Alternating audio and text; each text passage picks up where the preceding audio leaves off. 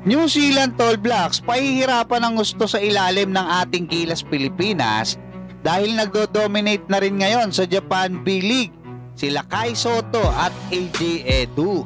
At Coach Tim Cone, inaming na out-coach siya ni Coach Chot Reyes. Sa pinakabagong update na inilabas ng Japan B-League ay ipinakita nga nito sa kanilang mga social media accounts kung sino-sino yung mga Japan B-League players ang nagdo-dominate sa iba't ibang mga kategory. At dito nga mga kabasketball, napakasarap isipin na ang dalawa sa ating pambato sa Gilas Pilipinas na mga big man pa kapwa, no, ang nangunguna sa kategory ng blocks per game. At number 1 nga dyan, ang kakabalik lang mula sa injury na si AJ Edu ng Nagasaki Belka na nag-average ngayon sa Japan B-League ng 1.7 blocks per game. At pumapangalawa naman sa kanya ang ating pambatong si Kai Sotto na nag-average ng 1.4 blocks per game.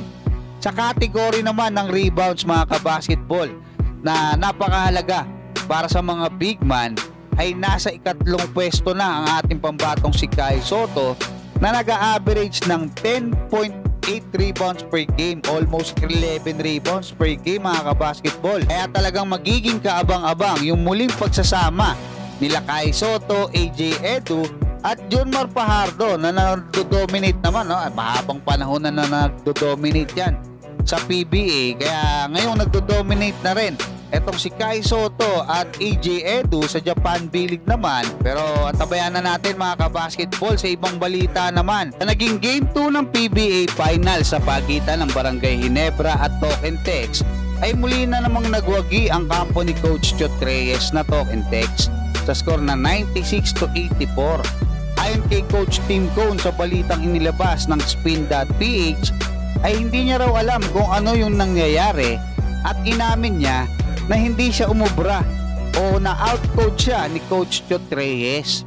Matatandaan na pinalitan ni Coach Tim Cone sa Gilas Pilipinas si Coach Chot Reyes bilang head coach at program director ng ating Gilas Pilipinas dahil nga sa naging performance ng Gilas under Coach Chot Reyes sa FIBA World Cup. Hanggang dyan mga kabasketball, maraming salamat at God bless sa inyong lahat.